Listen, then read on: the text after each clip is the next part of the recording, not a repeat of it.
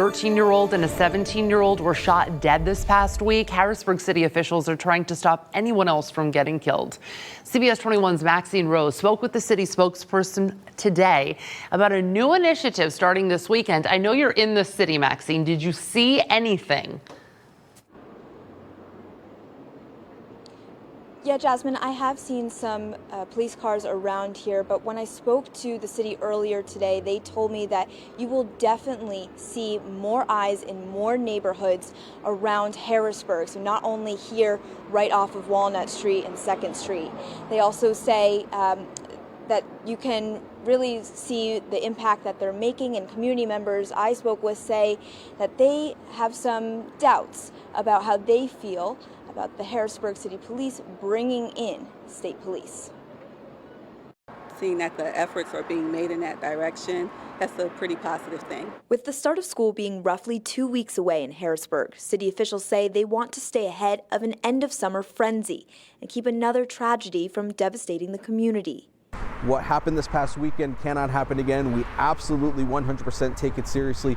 In June, the city increased its police presence downtown at night. But starting this weekend, you won't just see police on 2nd Street. You'll see them, and even state police, all over the city.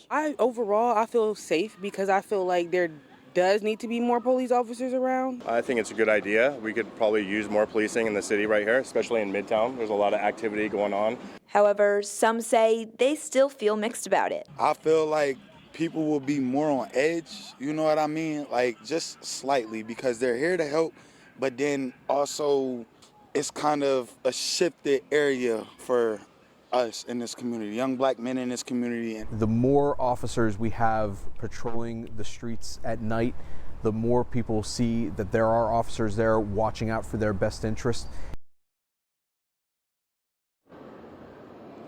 Now, Maisel says that the city does recognize that violence in Harrisburg is not going to go away overnight, but he does say that the hope is that this initiative and also what happened this past week will help, quote, wake people up. In Harrisburg, I'm Maxine Rose, CBS 21 News. Thank you, Maxine. 13-year-old Nariah Wright and 17-year-old Antoine Byers Jr. were the victims of last weekend's shooting. Both went to school in the Steelton High Spire district. School officials sending out a statement today saying support resources are available for students, but extra security will be in place. The superintendent writing, please know that due to these recent events, there will also be an increased law enforcement presence. We are implementing a no book bag policy for grades 7 through 12 to start the school year beginning Wednesday. Students will then be allowed book bags starting August 28th.